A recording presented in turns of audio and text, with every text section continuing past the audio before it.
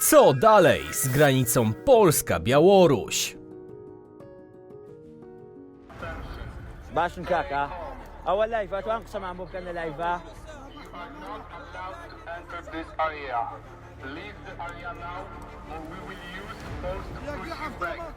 Witajcie! W poniedziałek 8 listopada doszło do największego w historii współczesnej Polski incydentu granicznego. To, co właśnie oglądacie, to zdarzenie nieopodal przejścia granicznego w Kuźnicy. Tysiące imigrantów próbowało przedostać się przez nasze zasieki, aby kontynuować marsz w stronę zachodniej Europy. Uchodźcy są w pewnym sensie elementem strategicznym, który postanowił wykorzystać białoruski dyktator Aleksandr Łukaszenka, oferując im za ich pieniądze przedostanie się do Europy Zachodniej. Ale jak dokładnie wyglądał ten proceder, opiszę wam w toku tego materiału. Pewne jest jedno. Liczba imigrantów, którzy znajdują się na granicach Polski, jest ciężka do oszacowania, ponieważ wstępnie mowa o grupie, która liczy od 10 do nawet 20 tysięcy osób, z szansą na to, że ciągle będzie się powiększać. Mogą na to wskazywać nagrania tłumu imigrantów maszerujących przez białoruskie autostrady w pobliżu polskiej granicy. Osobiście, korzystając m.in. ze źródła wykopowego, za co serdecznie użytkownikom portalu dziękuję, udało mi się dotrzeć bezpośrednio do informacji u źródła, prosto od imigrantów, dzięki czemu dokładnie przedstawię wam, jak wygląda cała ich podróż prosto pod polskie granice. Oprócz tego zastanowimy się, jakie to wszystko może mieć skutki dla naszego kraju, czy grozi nam wojna, co stanie się z oczekującymi tam imigrantami oraz co dalej z murem i bezpieczeństwem polskiej granicy.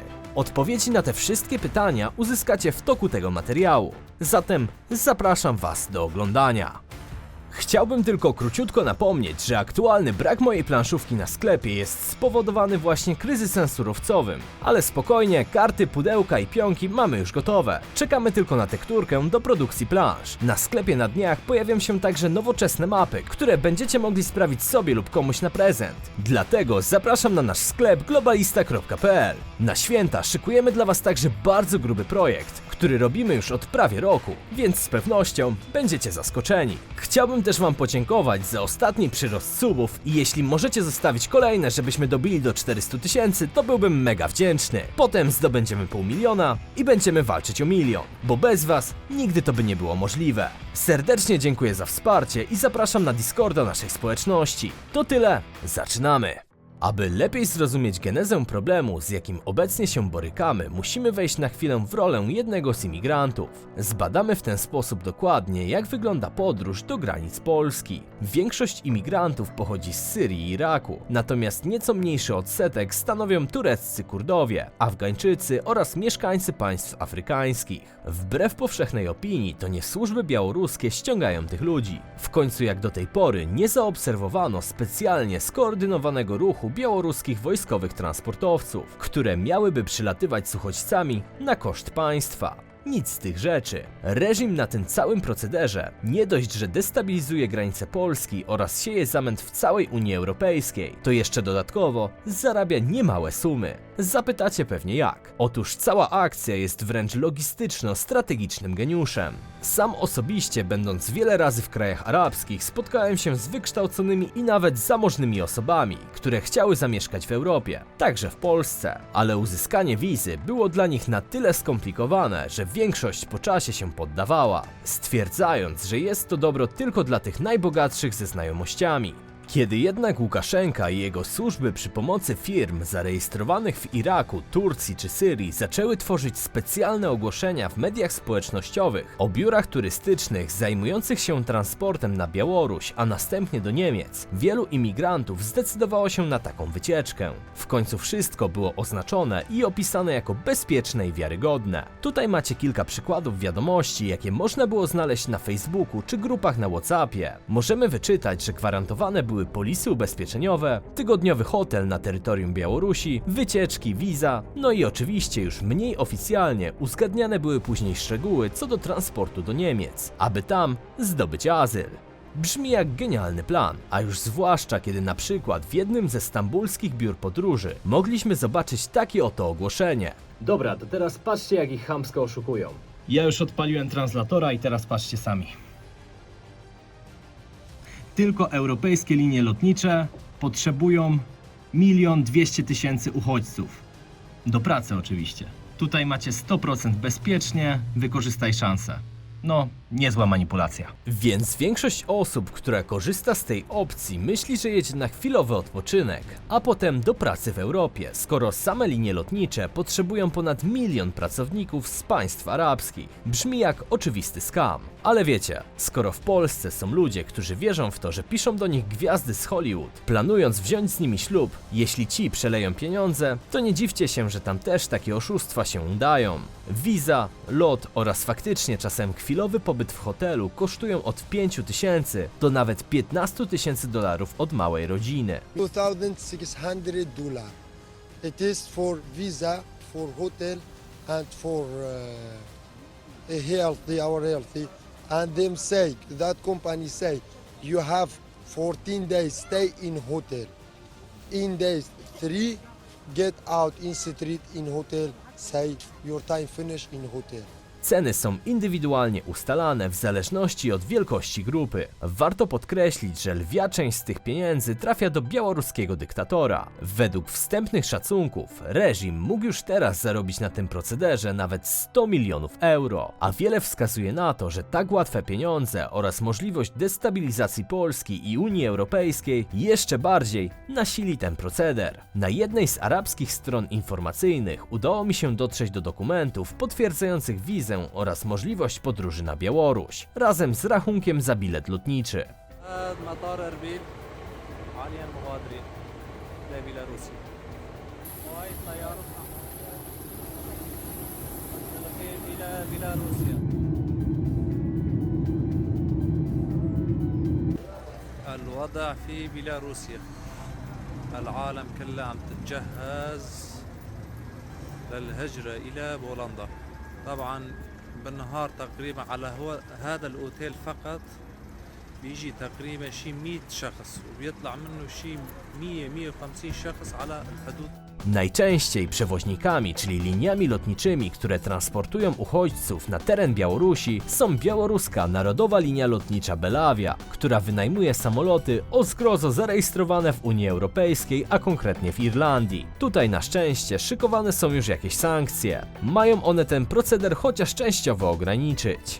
W całym procesie przewijają się też tacy przewoźnicy jak Iraqi Airways, Fly Dubai, czy nieco rzadziej z uwagi na trudniejsze procedury Turkish Airlines czy Qatar Airways. Oczywiście to wszystko nie byłoby możliwe, gdyby nie zorganizowana współpraca białoruskich konsulów i ambasad, które dostały z Mińska przyzwolenie na wydawanie jak największej liczby specjalnych stempli, jak i dokumentów podróży zezwalających na przekroczenie granicy Białorusi. W ten sposób prezentuje się mapa podróży osób, które docierają do Polski. Jest to siatka połączeń lotniczych, które mogą zaczynać się w Afryce lub na Bliskim Wschodzie. Oczywiście loty do Mińska mają miejsce ze Stambułu, Dubaju, Bagdadu czy Damaszku. Jednak osoby podróżujące z Konga i Kamerunu muszą najpierw dostać się na Bliski Wschód. Po dotarciu do stolicy Białorusi część z przyjezdnych, którzy wydali większe sumy, może spędzić tam weekend zwiedzając miasto oraz śpiąc w hotelach. Jednak po czasie są transportowani na granicę, myśląc, że za chwilę ktoś ich odbierze i przetransportuje przez Polskę do Niemiec. Problem w tym, że jest to pułapka bez wyjścia, ponieważ po dotarciu do obozowiska, na przykład w Kuźnicy, imigranci nie mogą cofnąć się z powrotem z uwagi na białoruskich żołnierzy, którzy według relacji świadków mają nawet strzelać, jeśli ktoś spróbuje się cofnąć. Mamy na to nagrania.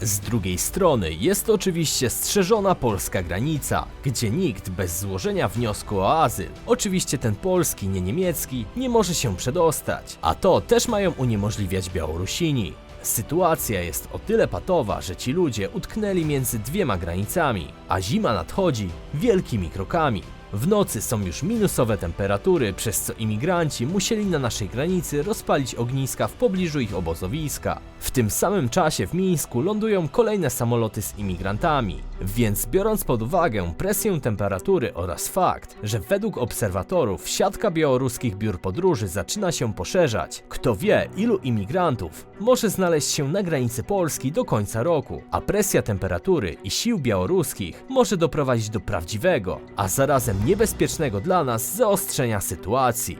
Ci ludzie stali się przedmiotem okrutnej gry, w jaką gra Łukaszenka. W końcu na szali leży ich życie. Dodatkowo muszą być niesamowicie rozczarowani, bowiem często sprzedawali cały swój dobytek, żeby zdobyć te $15,000 i przedostać się do Europy Zachodniej.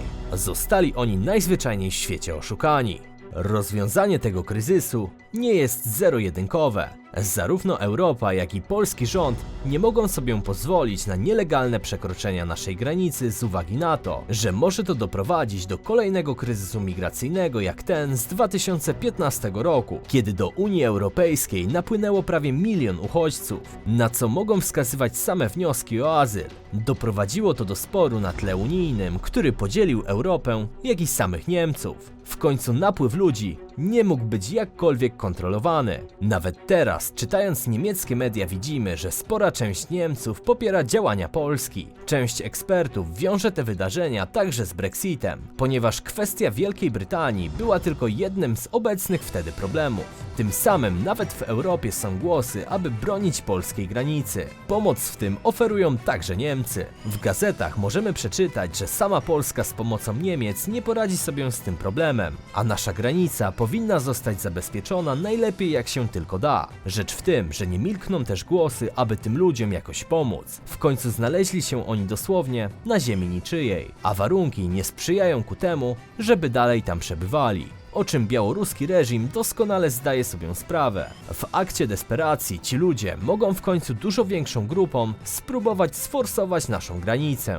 Byłaby to sytuacja niezwykle niebezpieczna, ponieważ nawet najmniejszy incydent mógłby nas wciągnąć w konflikt z Białorusią, na terenie której znajdują się rosyjskie bazy wojskowe. No i oczywiście chyba każdy z Was doskonale zdaje sobie sprawę z tego, że jeszcze niedawno tuż przy naszej granicy miały miejsce białorusko-rosyjskie manewry Zapad, więc interwencja Rosji w przypadku konfliktu zapewne byłaby nieunikniona. Na Białorusi ląduje obecnie około 800, w porywach do 1000 migrantów dziennie, pisze niemiecki dziennik Welt am Sonntag. Gazeta podaje, że reżim Łukaszenki podwoił liczbę lotów z Bliskiego Wschodu do Mińska, więc tutaj, uwzględniając tylko posiadane przez nas dane, możemy łatwo się doliczyć, ilu imigrantów będzie do końca roku. A skoro już teraz polskie MSW podaje, że jest ich około 20 000, a do 2022 roku zostały od dnia publikacji materiału 52 dni. Więc czysto teoretycznie, jeśli liczba lotów się podwoi, to licząc, że dziennie do Mińska przyleci 1500 imigrantów, daje nam to prawie 80 000 osób. Tym samym do końca roku, czysto teoretycznie, na polskiej granicy może koczować nawet 100 000 osób, a ich desperacja przy minusowych temperaturach i białoruskiej armii za plecami może sięgnąć zenitu. Ciężko więc powiedzieć, co przyniesie następny rok, a nawet najbliższe tygodnie. Ale pewne jest jedno, obozowisko w Kuźnicy będzie się powiększać, a już teraz wygląda tak jak widzicie. Jeśli reżim Łukaszenki nie zaprzestanie tego procederu, życie może stracić naprawdę wiele ludzi i grozi nam przygraniczny kryzys humanitarny. Przejście graniczne zostało tymczasowo zamknięte, a w planach jest oczywiście budowa Wielkiego Muru. Ma on liczyć 180 km długości. Stanie na tej części granicy z Białorusią, gdzie nie ma naturalnej bariery w postaci rzeki Bug. Inwestycja będzie kosztować 1 600 000 000 złotych, czyli 350 milionów euro, co sprawia, że będzie najdroższą tego typu konstrukcją w Europie. Zanim jednak ta konstrukcja powstanie, trzeba rozwiązać problem, z którym już teraz mamy do czynienia. Imigranci manipulowani przez Białorusinów często myślą, że wina stoi po stronie polskiej. Oczywiście tak nie jest, ponieważ doskonale wiecie, że przemycanie ludzi przez granicę nigdy nie było legalne. Jednak faktem jest też to, że jakoś będzie trzeba tym osobom pomóc, chociażby dając im możliwość powrotu do kraju lub stworzyć jakiś specjalny unijny mechanizm do rozlokowania tych, którzy już przybyli. Problem polega jednak na tym, że wpuszczając część, dla Łukaszenki będzie to ciche przyzwolenie na ściągnięcie jeszcze większej liczby uchodźców.